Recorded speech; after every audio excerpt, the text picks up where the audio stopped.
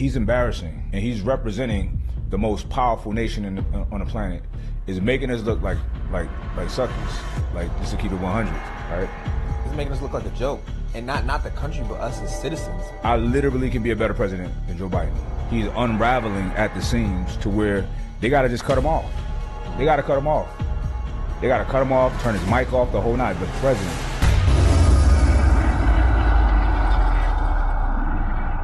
Bro, we gotta. I think it's time for this discussion. We gotta talk about Joe Biden, because I don't know if he's suitable for the office of president anymore. Bro, he's never been suitable for the office of president. Yo, it's like it's like they trolling us, right? Yep. He's gotta be a Manchurian candidate. Like, for real. Yeah. Like, this don't make any sense, right? Mm-hmm.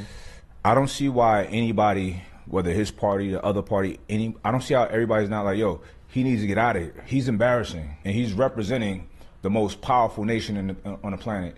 Is making us look like suckers, like just to keep it 100, right?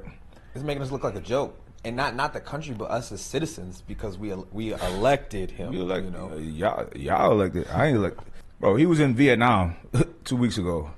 I wish I was making this shit up, bro. Like, but it's bizarre. Let's peep it out. The man admitted that he doesn't make any decisions. I'm just following my orders here.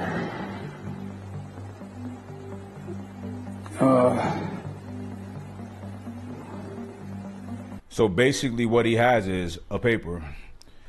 Of course they fill the questions beforehand. Mm-hmm. So what reporter's going to ask him what and his answers. He got it all right there. This is goofy. This is so whack, bro. It's so whack, right? This is like TV. I could be a better president. I literally can be a better president than Joe Biden, right? If I got just my smart aides and my staffers telling me what to do, the plays to make, I'm still going to have the ultimate say, because, you know, I'm not Joe Biden, but he's like, yeah, I don't know. They just tell me what to do. Look, so not only do they have to, like, write everything for him, right? He's falling apart at such a drastic rate. He's unraveling at the seams to where they got to just cut him off. Mm-hmm. They got to cut him off. They got to cut him off, turn his mic off, the whole night. The president. You do that to a drunk dude at a wedding. Mm-hmm. You know what I'm saying? He's saying a little bit too much. Cut the mic, right? The president, POTUS, like, peep this. He starts going to the metaverse or wherever the fuck he's going, and they got to cut his mic off. Peep this shit. Just to change it, had access. It wasn't confrontational at all. You came with thank you, everybody. This ends the press conference. Thanks, everyone. Wild. Wrap it up, Joe. It's a wrap. Thank you.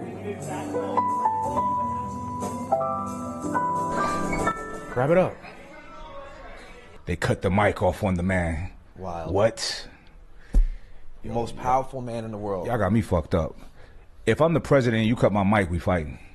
You know what I'm saying? Yep. Somebody getting fired. It's crazy, bro. Like, Freudian slip, whatever. He started talking about, I just want to go to bed.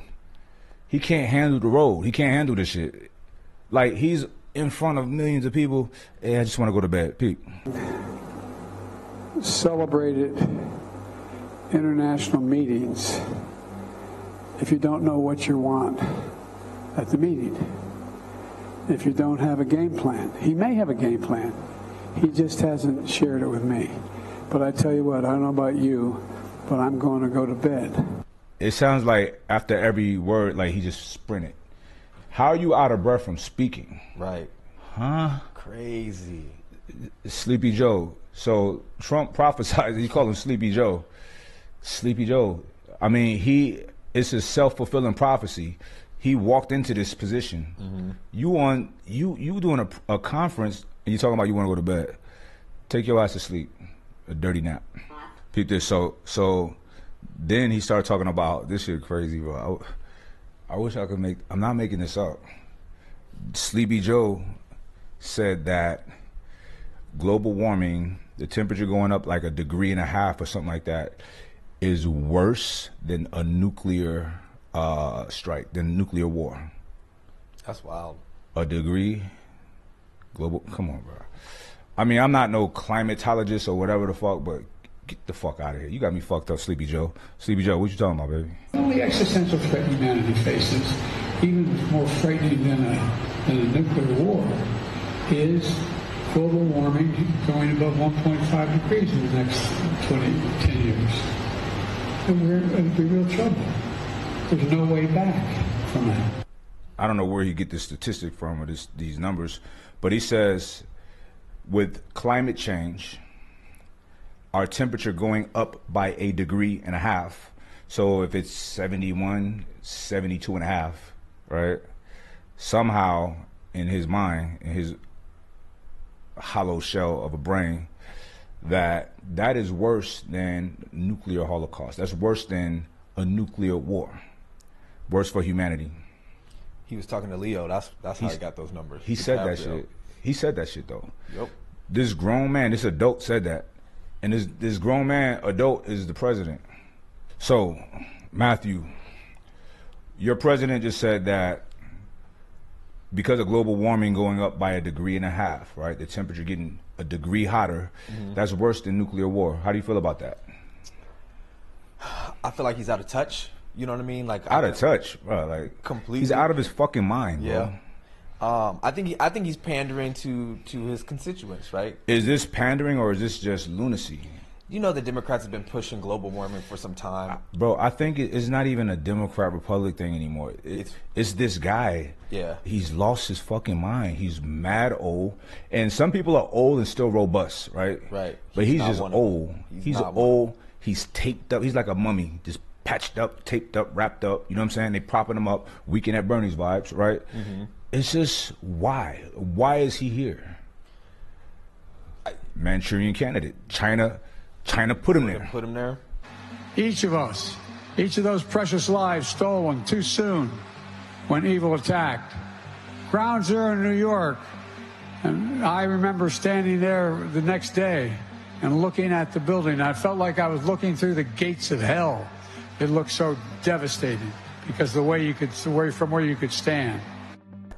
All right, so homie, 9/11 anniversary was not long ago, and your man's, and I'm not even trying to make fun of him, man. It's like sad. It's sad. Listen, well, anyway, he said that he was there the day after Ground Zero. Like, bro, you wasn't. Stop. Right. Why are you saying these things, right? But here's the thing, man. Like, what a sad life, right?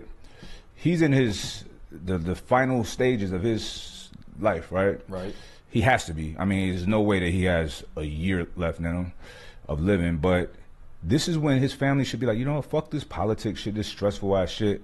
Come home, relax, sit on a yacht, whatever it is he likes, he's into, and let's surround Pops with love. Yep. You know what I'm saying?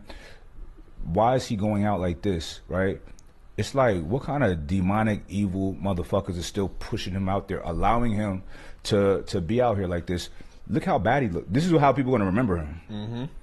Saying weird things, wacky things. Falling off bikes. Weird and wacky. Falling down the stairs at Air Force One. Falling down. It's actually kind of funny whenever an adult falls. It's so weird. Yeah. Adults are not supposed to fall. The president damn sure ain't supposed to fall. Right. What are you talking about? But look, not to make fun of this person, it's just bizarre, man. It's so bizarre. It's so bizarre Biden. Not to make fun of it, but it is something we have to talk about because, like, at the end of the day, he represents us, and I don't see how he don't represent me. How we can just sit here and allow him to do. I don't see how we're okay with it. Listen, for a long time, black people have felt disenfranchised in this country, right? Like, we ain't represented. So I'm not about he ain't represent me still. You know what I'm saying? Fuck it. But now, on some real shit though, you're right. I hear what you're saying. I don't like it. I don't like it because I want the representation of our leader to be a leader, a strong, powerful person, you know? People can argue back and forth on politics. That's not as important because we have a system of checks and balances, right? Right. In which, let's say me and you running for office, we're on opposite sides of the spectrum. Let's say I win. I put in executive orders, whatever, right? First of all, the executive order, I can do, but everything else, it's got to go through this committee, that committee, vote. It's very hard for things to change, for policies to change, right? Yeah. And then your people, your team win the next election cycle, and y'all reverse it. Shut down, yeah. You reverse it, right? So politics is never changing drastically, and that's good for the people, right? So we're safe in that. Whether it's your side or your side that's in office, it doesn't matter. Things change by small degrees, right? So we need, I don't give a fuck how qualified the person is. We need somebody that's mentally and physically capable.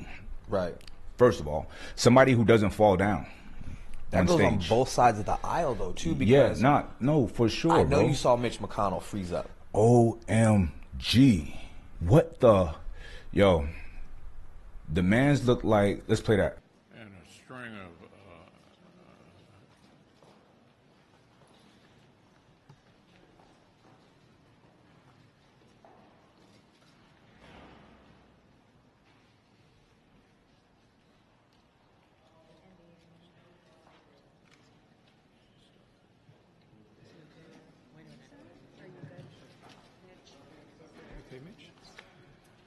Yo, so probably had a stroke, right? But what I feel like happened was the Grim Reaper came and visited him and showed him his wicked life. And he looked shook. He looked shook, bro. Yep. He saw his life unfold and he saw what's coming after that. Yep. He was like, fuck. You know what I'm saying? I do. Because he was not there, but he's there. You feel me? He was being presented and confronted with his demonic, devilish ways. And it was confirmed because it didn't happen once. Multiple times. You know what I mean? And the second A piece time of his brain died each time, and his soul. Crazy. And then Feinstein. Yeah. You know she turned over her power of attorney, and yet she's still voting. And look, these people are in office because nobody votes for that shit. Senate, Congress, we don't know about that shit. So people don't. Yeah, these old decrepit, and fuck these people. I was saying I don't want to make fun of them, but now I do want to make fun of them. Fuck y'all. Who are you? Like, why are you still here? What kind of greedy devil are you? Get out of here. And these are go the people, die. these like are the people go who prepare for death. Cause look, death. It no one escapes it, right? Yep. Go prepare for it. You feel me? Why are you still trying to be in politics? And then he's fronting like, oh, my doctor said I'm good. Whatever, I'm good. You're not. And your doctor didn't say you good. If he did, he's a fucking liar. Right. You got a yes man for it. He ain't say that shit. He ain't talk to nobody. He like, shit. Yo, this shit crazy, bro. It's like a movie, Twilight Zone type shit. But these are the people. These are his aides. You know what I mean? These are the people that he's taking orders from. He said so himself. These are the people making decisions for our country, and yet we sitting here letting it be. You know. Why? We sitting here because we're distracted by Doja Cat videos. You know. Well, I guess I could look at it like this too. Kind of don't matter, or does it? Optics matter, right?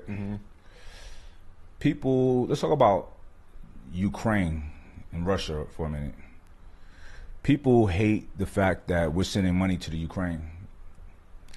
However, we don't want Russia, y'all don't want, the people complaining, you don't want Russia to be a superpower like us. Correct. Because they're on their way to it.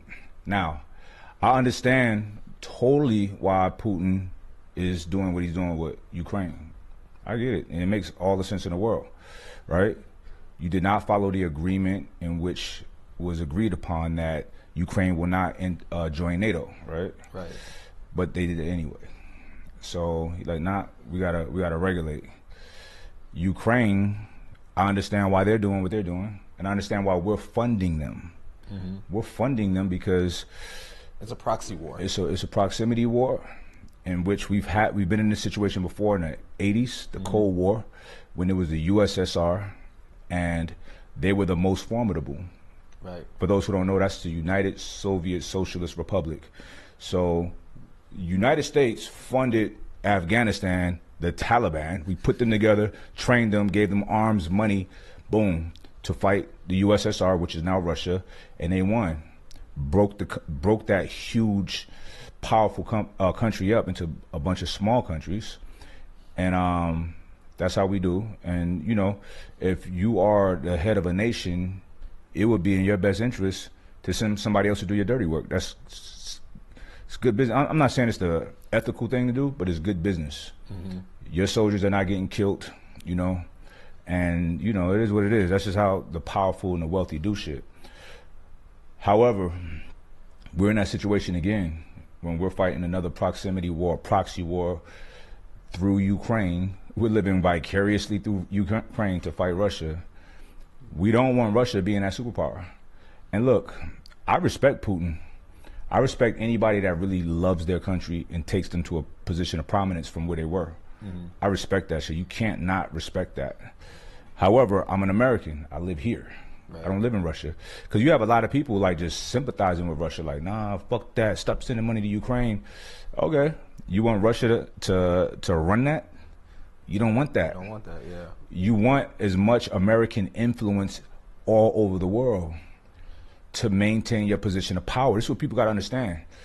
We have to do certain things that are not nice, that are not ethical to somebody to maintain our position as the most dominant country, the most feared in this motherfucker. And people can say what they want. We are the top dogs, right? But if we allow Russia to run up Ukraine and all of this other shit, that shit ain't gonna happen. You know what I'm saying?